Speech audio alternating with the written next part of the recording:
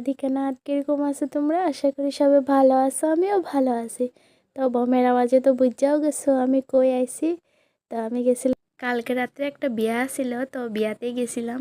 তো যেহেতু আমরা হলাম ছেলে পক্ষ, তার লেগে দেখো আমরা সবাই বাইরেই দাঁড়ায় রয়েছি।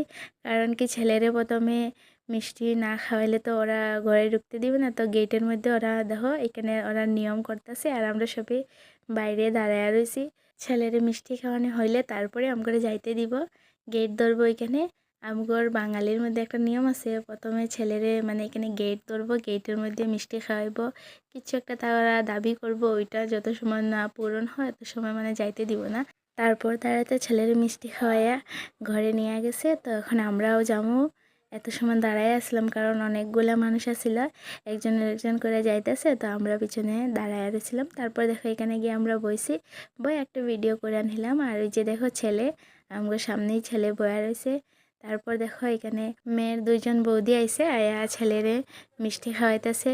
কারণ গেটের মধ্যে খাওয়াইছে, তো ভিতরে আনার পরে তো আর মিষ্টি মুখ করছে না, তার লেগে এখানে ছেলেরে মিষ্টি মুখ কইরা লইতেছে। তারপরে আমগরেও দিয়া দিছে, দেখো আমগরেও প্যাকেটিং মিষ্টি আর জল দিয়া দিছে। তারপর আমরা মিষ্টি খাইয়া আবার আয়া গেলাম ভিতরে।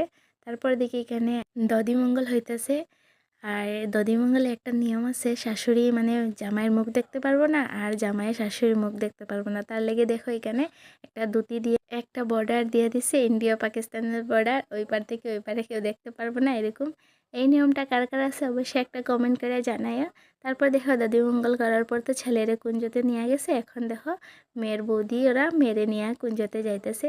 এখন বিয়াটা শুরু হয়ে যাইব, কারণ আজকে লগ্নটা অনেকটা তাড়াতাড়ি আসছিল, তার লেগে দেখো এইখানে সুন্দর করে নিয়মগুলা হইতেছিল। আর ছেলে কি সুন্দর চেয়ারে বয়া থাকছে, আর সব কিছু মেয়েই করতে লাগে, এরকম কেন জানি না। দুজনেই তো বিয়া করতেছে, তো দুজনেই করতে লাগে। তো এক এক করে দেখো মেয়ে সুন্দর করে মানে প্রণাম কইরা লইতেছে, সব কিছু নিয়ম একটা একটা করে করতেছে। আর আজকের দিনে ছেলে ভগবানের মতো হয়ে যায়। তো তারে মানে ধূপকাঠি দেখাইতে লাগে, প্রদীপ দেখাইতে লাগে, কত কিছু না করতে লাগে।